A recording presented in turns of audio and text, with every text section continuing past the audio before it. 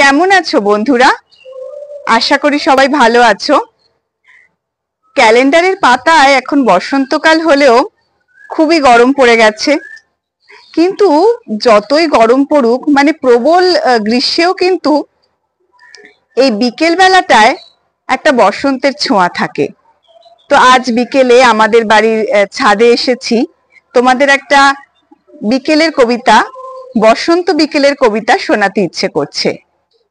কবি শ্রীজাতর লেখা এক বিকেলের কথা।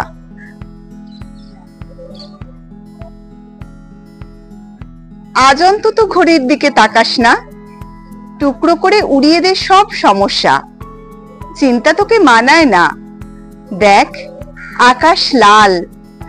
আজ অন্তত ফিরিস না ভিড় মেট্রোতে, ট্রাম চড়বো, ঘুরবে চাকা ঝমর ঝম, দুজনে খুব গন্ধ নেব রেড রোডের। আজ অন্তত চুল খুলে দে দিক বিদিক, ডাইনে বাঁয়ে লোকগুলো সব মূর্ছা যাক। ইচ্ছে করে মিথ্যে কথার দিব্যিধি, আজ অন্তত রাস্তা পেরোই হাত ধরে।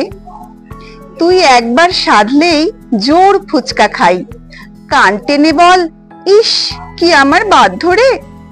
হয়তো শুরুই হয়নি কোনো রূপকথা, ওই তো একটা একলা চেয়ার, চল বসে আমার নতুন লেখা শোনাই খান্তিনেক।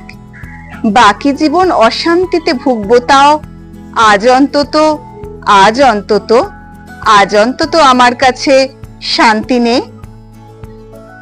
শোনালাম, কেমন লাগলো জানিও বন্ধুরা। ভালো লাগলে ভিডিওটা লাইক শেয়ার করো, আর চ্যানেলটা সাবস্ক্রাইব করারও অনুরোধ থাকলো।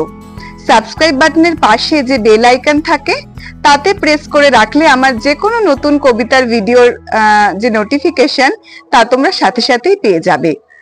ভালো থেকো সবাই, সুস্থ থেকো, আনন্দে থেকো।